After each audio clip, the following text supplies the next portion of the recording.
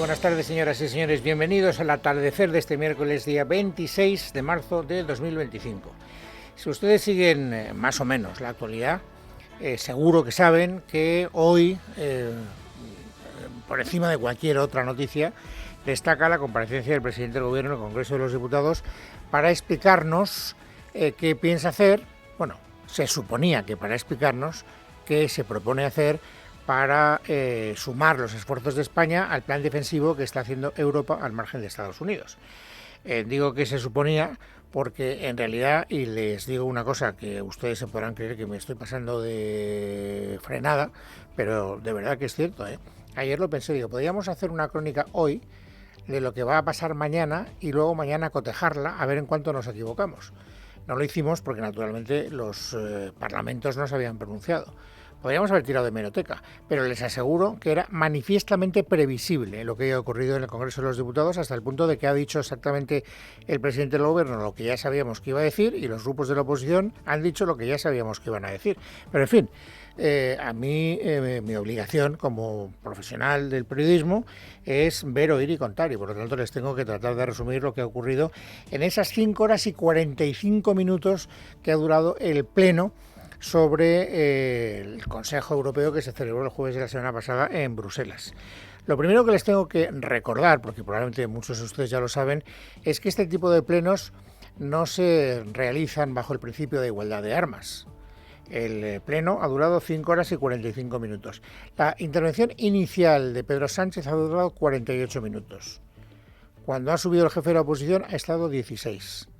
En el turno de réplicas, Sánchez ha estado 1 hora y 32 minutos y Feijóo 8.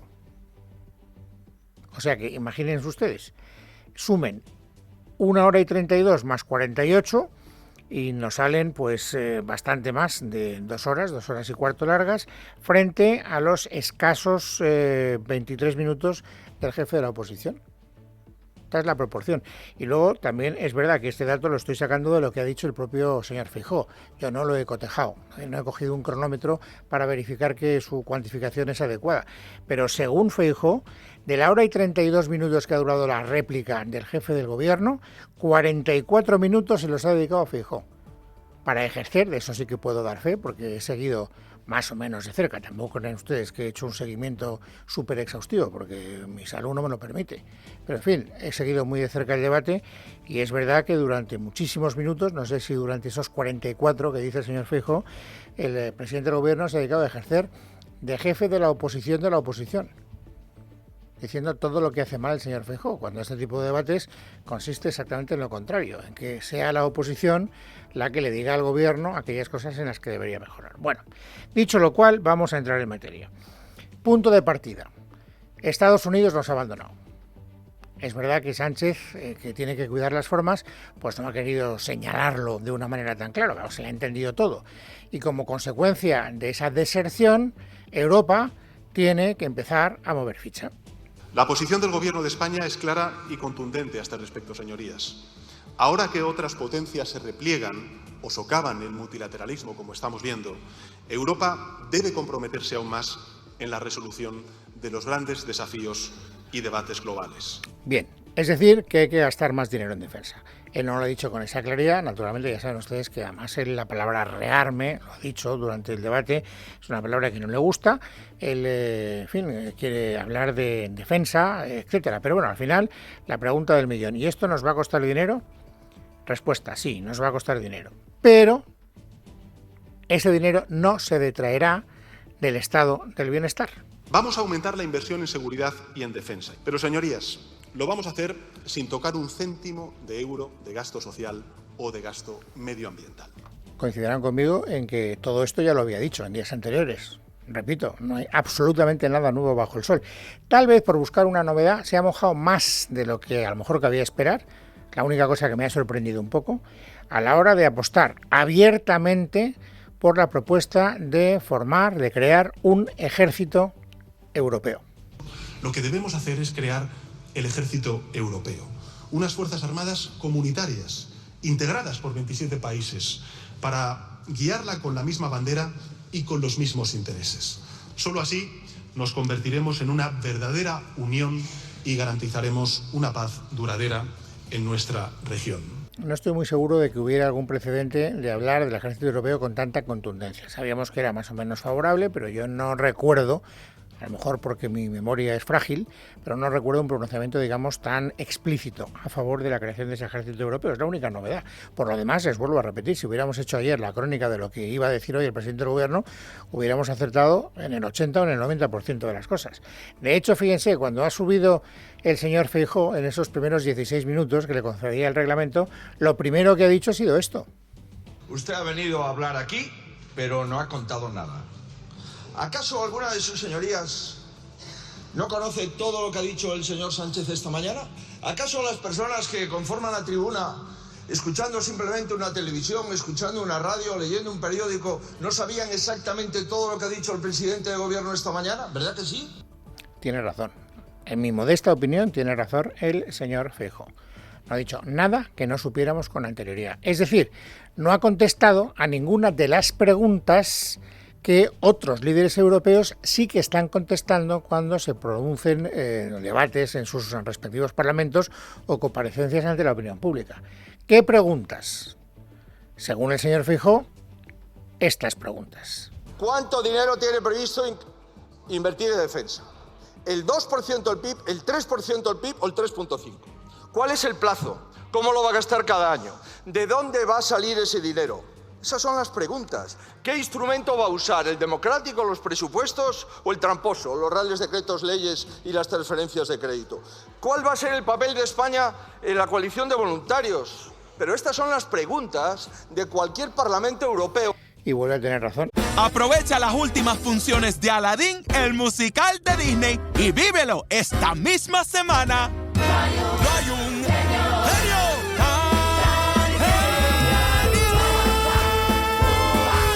Consigue ya tus entradas. Producido por Stage Entertainment.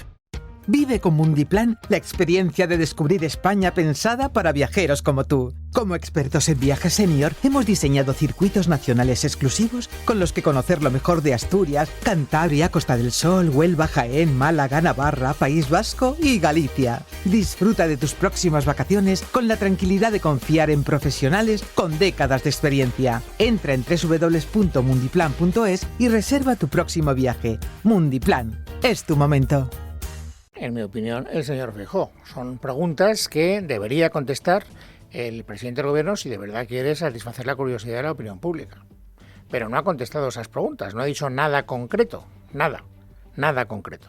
Por lo menos nada que yo haya sido capaz de, descubrir como novedad. Y no he sido yo el único que ha tenido esa impresión, ya hemos escuchado que también el señor Feijóo. También los grupos de la oposición. A mí lo que más me interesaba, si quieren que les diga la verdad, este debate era por ver el grado de complicidad que podía despertar el señor Feijóo entre sus socios de gobierno. Pues yo ya sabía que complicidad con el Partido Popular no iba a despertar ninguna. Y por lo tanto, pues para mí eso no despertaba ningún tipo de incógnita. Pero ¿cómo se iban a comportar los socios de la coalición de gobierno? Los que le dan estabilidad a la legislatura del señor Sánchez. Hombre, si me hubieran dicho pincho de tortilla y caña ayer, a que van a estar en contra, pues yo no me hubiera apostado al pincho de tortilla y caña porque ese era evidentemente lo que yo creía que iba a pasar y ha pasado.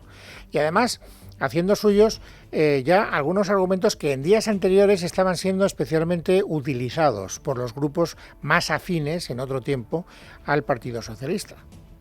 Me refiero a Podemos y a Sumar. Saben que una de las cosas en las que ha insistido mucho el señor Feijóo, luego hablaremos de eso, es de la necesidad de que el presidente del gobierno presente unos presupuestos generales del Estado, porque si hay que gastarse más dinero en defensa, pues ese dinero tendrá que salir de alguna parte. Y eso es lo que habrá que reflejar en la cuenta de ingresos y gastos, que no es otra cosa que los presupuestos generales del Estado. También Yone Belarra, que ha sido una de las oradoras más agresivas con Pedro Sánchez, ha querido hacer suya esa reivindicación de los presupuestos que ha esgrimido el señor Feijóo. Y lo ha hecho, además, después de dejar claro que ella no se cree, ni ella ni su grupo, no se cree que Sánchez vaya a ser capaz de incrementar el gasto de defensa sin, menoscabo del estado del bienestar. Si usted dice la verdad, y yo creo que no dice la verdad, y para hacer ese aumento del gasto militar no hacen falta recortes en los servicios públicos, ¿por qué no traen los presupuestos generales del Estado a esta Cámara? Usted no se atreve a traer los presupuestos generales del Estado al Congreso porque entonces la gente se daría cuenta de la verdad. Y la verdad es que ustedes se van a gastar el dinero que debería ir destinado a nuestra sanidad pública, a nuestra educación, a nuestro sistema de atención a la dependencia, a un parque público de vivienda, en armamento y gasto militar. Bueno, la importancia de esta declaración es doble, por lo que a mí me parece. En primer lugar, el escepticismo de Podemos a la hora de comprarle la mercancía que Sánchez ha querido hoy vender ante la opinión pública, que es: yo soy capaz de incrementar el gasto militar, pero sin detraer un solo céntimo del gasto social. Eso es lo que ha dicho Sánchez, lo hemos escuchado hace un instante, y eso es lo que no se cree Ione Belarra, lo que no se cree Podemos y tampoco otros grupos de la izquierda del Partido Socialista. Y la segunda parte interesante, desde mi punto de vista, de la intervención de Belarra, es esa pinza que se ha establecido desde hace algunos días en el discurso del Partido Popular, de Podemos y también de Sumar. Porque Sumar ayer y antes de ayer le estaban pidiendo al presidente del Gobierno que presentara presupuestos, lo mismo que le está pidiendo hoy la señora Belarra. Por eso no ha tenido más remedio el señor Sánchez que contestar a todos los grupos. ¿De qué manera? Lo van a escuchar enseguida. ¿Qué es lo que yo interpreto de lo que ustedes van a escuchar? Que él está admitiendo de una manera bastante clara que renuncia a los presupuestos del año 25 y empieza a pensar en los del 26.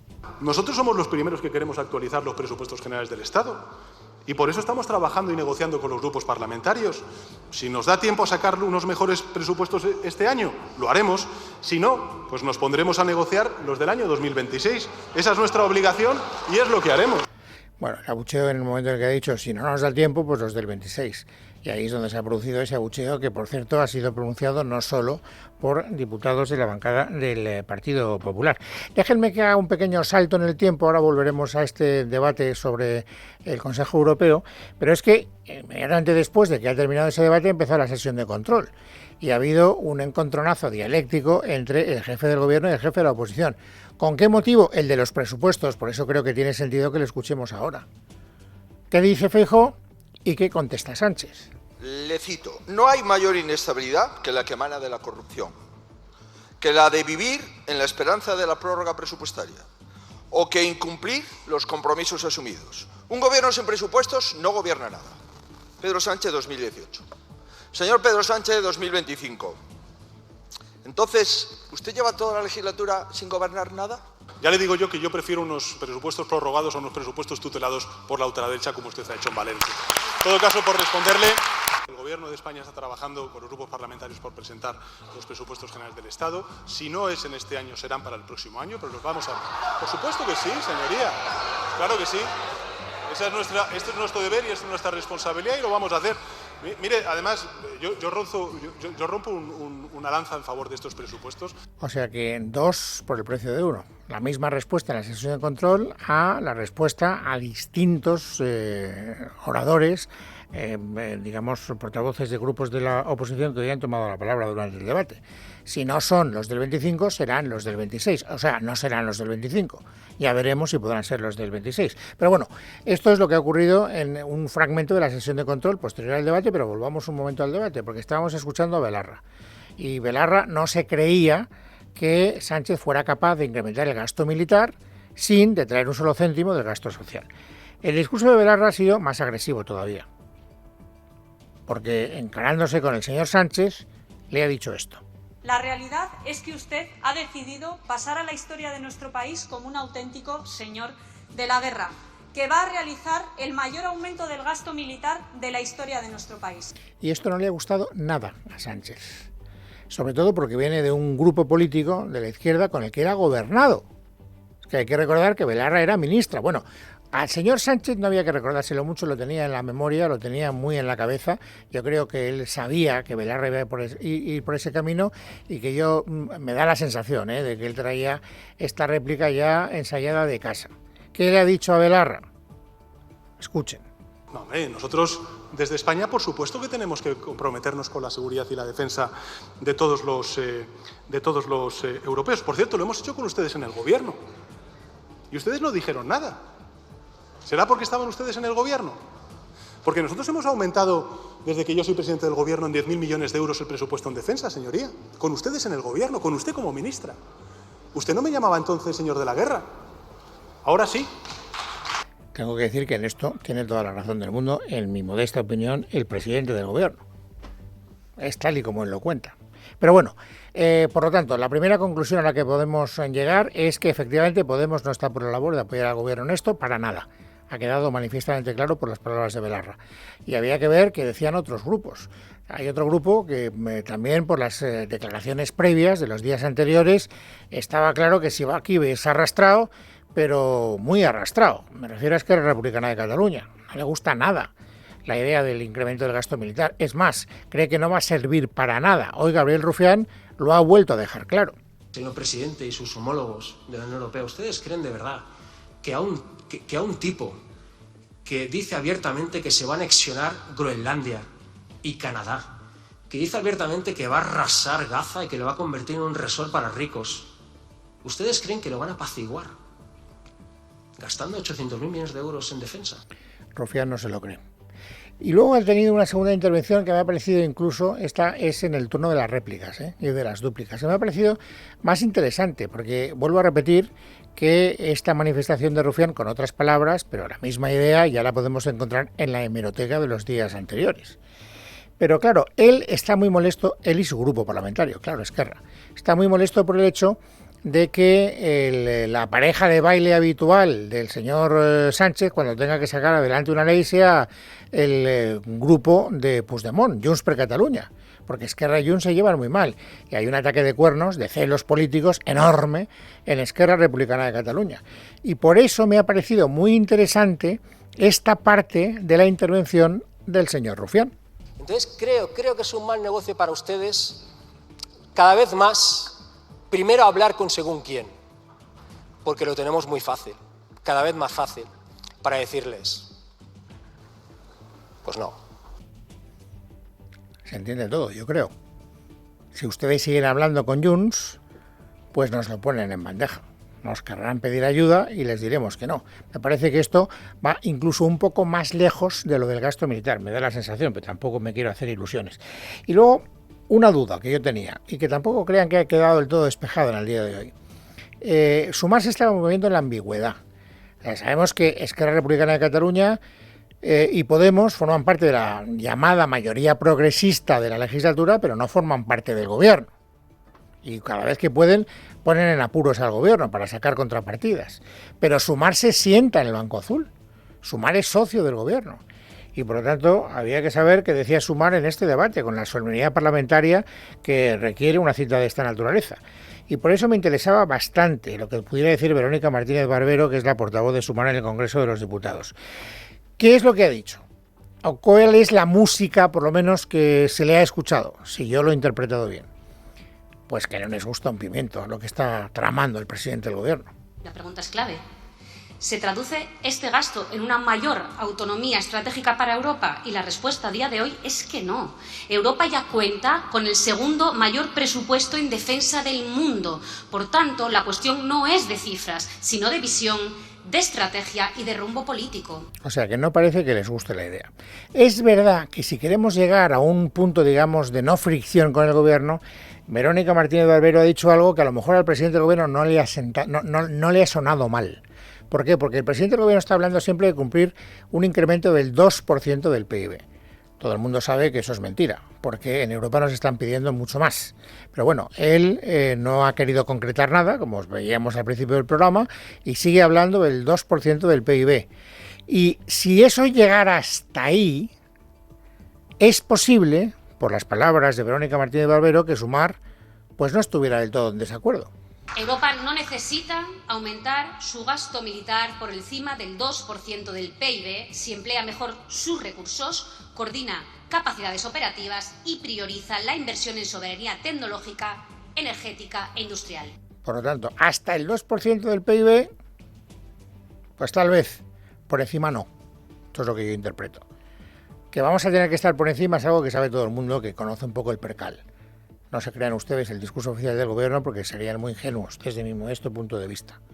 Y lo que ha quedado claro, por lo tanto, ya estaba claro, pero hoy se ha ratificado con toda rotundidad parlamentaria, es que efectivamente el señor Sánchez no ha sido capaz de arrastrar ningún apoyo más de los que tenía antes de que se produjera esta comparecencia, que es lo que le ha querido decir en el turno de dúplica el jefe de la oposición. Señorías, pues usted mismo lo ha visto. No sé si puede entender que después de este debate va a tener usted más apoyo que antes de empezar. Yo no creo que se haya ganado usted ningún apoyo. Si en el momento más importante de la legislatura y ante las inversiones de miles de millones de euros que se tendrán que prolongar durante décadas, sus socios le hablan así, ¿a qué se va a dedicar usted los próximos meses? Y ahí es donde ha pedido, esto se lo ahorro porque ya lo saben ustedes, lo hace todos los días. Hoy lo ha hecho varias veces, pero es que ayer y antes de ayer y seguro que mañana y pasado mañana volverá a decirle al presidente del gobierno que lo que tiene que hacer es convocar elecciones. Y luego, ¿ha utilizado la corrupción? Sí. ¿De una manera habilidosa? Sí. ¿Por qué? Porque se está hablando del gasto de defensa. ¿Cómo se puede vincular el gasto de defensa con recordarle a Sánchez que vive rodeado de casos de corrupción? La fórmula del señor Feijóo, copyright del señor Feijóo, ha sido este. Su otra gran aportación es sobre el cómputo de la inversión. Algún ministro ha dicho que hay que imputar las vías férreas, otra ministra ha dicho que hay que imputar los medicamentos. A este ritmo es capaz de incluir como gasto en defensa la defensa judicial del señor Ábalos, la defensa de su hermano y la defensa de otras personas que yo no voy a citar. No la va a citar, pero ya sabemos que se está refiriendo a Begoña Gómez, que es la mujer del presidente del gobierno. Bueno, y luego no quiero ningunear a Abascal. Claro, Abascal es el líder de la tercera fuerza parlamentaria del Congreso de los Diputados. Abascal, la verdad es que se mueve en un terreno muy singular, porque toda la intervención del señor Abascal ha ido dirigida a la Limón, al PSOE y al PP como si fueran la misma cosa. Ustedes son socios en Europa, ustedes van a acabar abrazándose en España, ustedes defienden las mismas cosas que a mí no me gustan. No me gustan. Al señor Abascal no le gusta el discurso de Sánchez. ¿Por qué no le gusta? Pues porque él cree que el esfuerzo en el gasto militar hay que hacerlo, pero no para, en fin, proteger al norte de Europa de la invasión de Putin, del que soy bastante amigo, aunque no lo ha dicho, pero todo el mundo lo sabe, sino porque nosotros, como país, tenemos otros riesgos que no podemos desatender.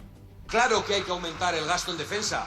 ¿Cómo vamos a negarlo si llevamos diciéndolo mucho antes que ustedes? Pero en nuestra defensa, en los ejércitos de España, para que protejan nuestra frontera y nuestros intereses. Por ejemplo, para que protejan Ceuta y Melilla, donde hay amenazas ciertas, conocidas, permanentes, y no las amenazas inverosímiles, ridículas, que se ha dedicado aquí a relatar el señor Sánchez para aterrorizar a la población, que es a lo que se dedica desde esta tribuna, como ya hizo también durante la pandemia. Por lo tanto, si hubiera que someter a votación el incremento del gasto militar, pues Vox a lo mejor votaría a favor.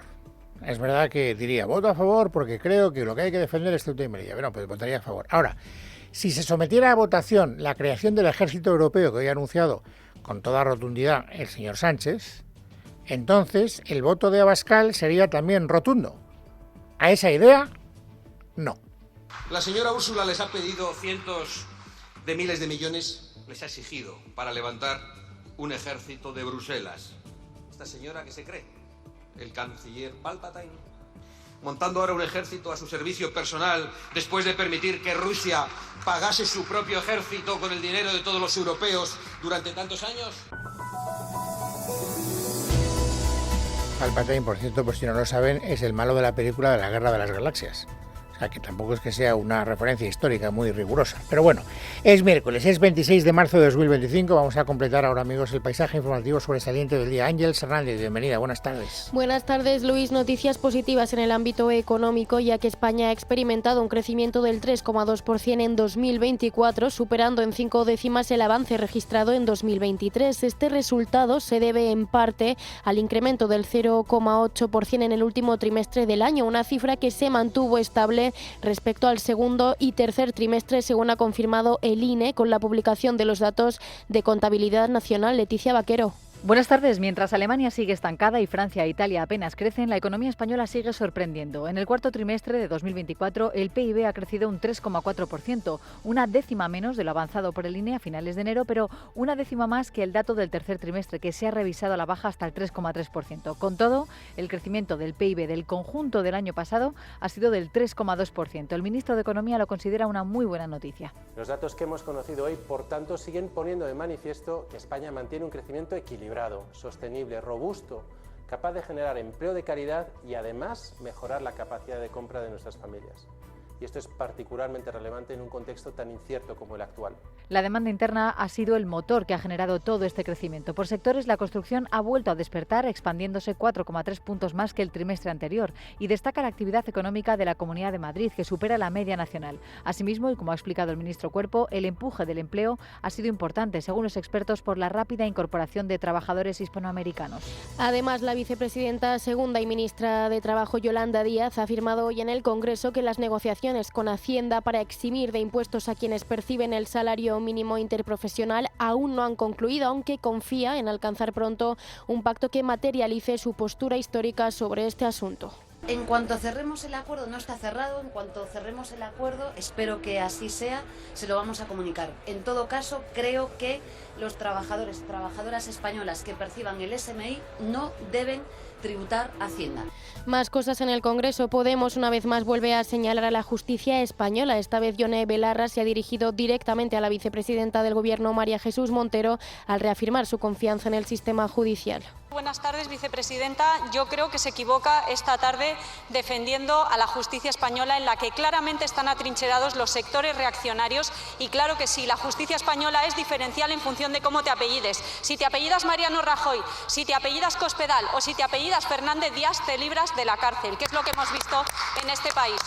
Por otra parte, desde el Partido Socialista, el ministro de Justicia, Félix Bolaños, también ha respondido con contundencia a Cayetana Álvarez de Toledo, asegurando que la amnistía en Cataluña es una de las mejores cosas que han hecho desde el Ejecutivo. Recordemos que no es la primera vez que Bolaños se felicita a sí mismo por dicho acuerdo. Por supuesto que la ley de amnistía, se lo dijimos y ya se está acreditando, era buena para Cataluña y buena para España. Hoy en Cataluña hay normalización política, social e institucional. Hoy en Cataluña vuelven las empresas. Hoy en Cataluña, escúchelo bien, hay un presidente constitucionalista y socialista, y todo ello se ha hecho gracias al talento, a la valentía de este gobierno. Gracias. Y el Tribunal Supremo ha establecido hoy un plazo de 10 días al Ejecutivo Central para asegurar la incorporación al sistema estatal de acogida a aproximadamente 1 millar de jóvenes migrantes sin tutela que han solicitado protección internacional y que actualmente permanecen en centros de acogida canarios. Esta decisión judicial responde a la demanda interpuesta por el Gobierno autónomo ante la inacción del Gobierno de Pedro Sánchez. Luis Colom. 10 días es lo que tiene el gobierno de Pedro Sánchez para repartir a los más de 1.000 inmigrantes menores no acompañados que se encuentran en Canarias y que han solicitado asilo o se encuentran en voluntad de hacerlo. La Sala de lo Contencioso Administrativo del Tribunal Supremo ha valorado en un escrito que se trata de una medida imprescindible para resolver el problema que se encuentra en los centros de inmigración del archipiélago canario. El Alto Tribunal también ha pedido que en esos 10 días se le informe de las medidas adoptadas y que pasado este plazo decidirá si celebrar o no una vista pública en relación con el cumplimiento de esta medida cautelar. La decisión del Supremo llega días después de que el Ejecutivo de Sánchez llegara a un acuerdo con Junts para que Cataluña pueda repartir los menores inmigrantes que hay en sus centros a otras regiones de España. El Partido Popular, mientras tanto, elevó ayer el asunto afuera de nuestro territorio y anunciaron que llevarían este pacto a la Comisión Europea. Los populares consideran que no se corresponde con los estándares de solidaridad y proporcionalidad entre territorios que rigen las políticas europeas de inmigración. Por su parte, desde el Gobierno de la Comunidad de Madrid han presentado un recurso ante el Tribunal Constitucional contra el acuerdo migratorio alcanzado entre el Gobierno central y Junts para la acogida por parte de las regiones de 4.400 menores migrantes no acompañados que se encuentran en Canarias y Ceuta. Así lo justificaba el portavoz de la Comunidad de Madrid, Miguel Ángel García. Este Real Decreto Ley vulnera distintos preceptos y principios constitucionales, invade desde luego competencias que son exclusivas de las comunidades autónomas y en este caso son exclusivas de la Comunidad de Madrid, tanto en materia de asistencia social como de protección y tutela de menores de edad. Por ello, hemos acordado ordenar a la Abogacía General de la Comunidad de Madrid la interposición de este recurso de inconstitucionalidad. Por otra parte, información exclusiva de Libertad Digital, y es que el empresario José Ruz, acusado de pagar mordidas al PSOE por Víctor de Aldama, registró una sociedad offshore en Panamá el mismo día que Pedro Sánchez presentó la moción de censura contra Mariano Rajoy para convertirse en presidente del gobierno. Y en el panorama internacional, a principios de esta semana, Rusia y Ucrania alcanzaron un alto al fuego en Riad con la mediación de Estados Unidos. Hoy se acusan mutuamente de romper la tregua. Ucrania denuncia haber derribado 56 de los 117 drones lanzados por Rusia. El Kremlin, por su parte, afirma haber derribado varios drones sobre el Mar Negro. Verónica Jorro. El acuerdo alcanzado incluye centrales eléctricas e hidroeléctricas, subestaciones, transformadores y cualquier instalación generadora o transmisora de electricidad. Además, ambos bandos tampoco podrán atacar gasoductos, estaciones de compresión de gas, oleoductos, depósitos de petróleo y refinerías. Rusos y ucranianos también se comprometen a no golpear las plantas nucleares. Por eso hoy el presidente de Ucrania, Volodymyr Zelensky, ha denunciado que los ataques lanzados en las últimas horas por las Fuerzas Armadas de Rusia suponen una clara señal de que el Kremlin no quiere avanzar hacia una paz real, pese a las teóricas negociaciones para un alto el fuego, por lo que ha apelado directamente a Estados Unidos para que haya más presión y más sanciones. Por otro lado, el Ministerio de Defensa ruso ha señalado en un comunicado que, pese a las declaraciones de Zelensky, Kiev continúa sus ataques. Hoy las defensas antiaéreas rusas han derribado 9 drones ucranianos sobre 2 regiones del país y también sobre las aguas del Mar Negro. Por cierto, que el Kremlin condiciona la implementación de la tregua en el Mar Negro alcanzado ayer al levantamiento de las sanciones occidentales contra su sector agrícola y el desbloqueo de sus exportaciones de alimentos y fertilizantes. Por último, en Francia, la policía gala ha detenido a un condenado por yihadismo por el presunto homicidio de 3 agricultores en zonas rurales de Navarra y Lérida entre noviembre de 2023 y enero de 2024. Fuentes próximas a la investigación han indicado que el hombre, de nacionalidad marroquí, fue arrestado el pasado martes en la localidad de Bessières, en Occitania. Agentes de la Policía Nacional, Guardia Civil y Mossos d'Esquadra le buscaban por estos 3 crímenes. En casa de Herrero, Es Radio.